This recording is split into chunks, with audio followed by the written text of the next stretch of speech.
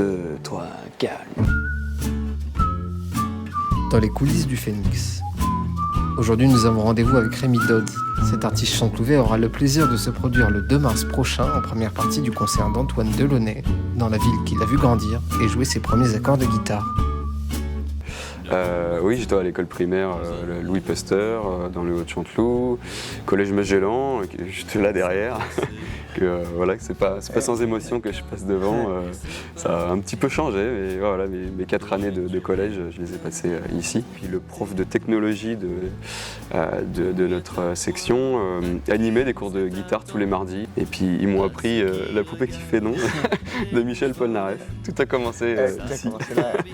Et l'année d'après, voilà, comme j'ai bien mordu à l'hameçon, je me suis inscrit à l'école de musique de Chanteloup, à l'AVEC, avec Christian Decune, qui est toujours présent d'ailleurs, voilà, avec qui j'ai fait mes premiers pas à la guitare. Donc on suppose que pouvoir vous produire ici à Chanteloup, qui plus est sur la scène du Phénix avec votre propre quartet, ça doit être un moment spécial pour vous.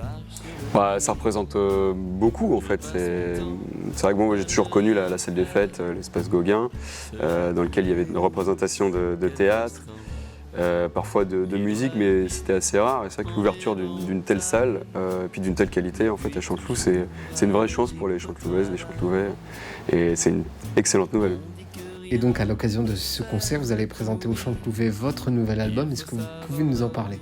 Oui, alors on a l'actualité en fait avec cet album Chants des villes, Clés des champs, sur lequel on travaille depuis quelques années, hein, et qu'on a sorti au mois de novembre dernier. Voilà, avec tout le quartet. En fait, c'est un groupe qui m'accompagne depuis 2018. Il est composé d'Eliott à la contrebasse, de Mathieu Terrois à la batterie, Jérémy Quentin à la guitare et moi-même au chant et guitare. Et nous, on est là pour rendre hommage aux belles paroles que lui est capable d'écrire. Alors enrichir musicalement le morceau, lui donner une certaine originalité, et puis, parfois une touche de poésie, et puis une ambiance en fait, qui va aller au mieux avec les paroles du morceau en fait. Ouais. Alors en termes de rythme, on aime bien souffler le chaud et le froid, c'est-à-dire commencer sur un morceau très doux d'ouverture, et puis après rentrer dans le vif du sujet avec de la rythmique très poussée, très soutenue, du swing, parce que l'influence principale du projet c'est le jazz manouche. Avant tout la chanson française, mais il y a beaucoup de jazz, et le jazz étant très varié, là on ne s'est pas arrêté qu'au swing, on explore un petit peu plus le jazz brésilien avec la bossa nova, des morceaux. On raconte une histoire.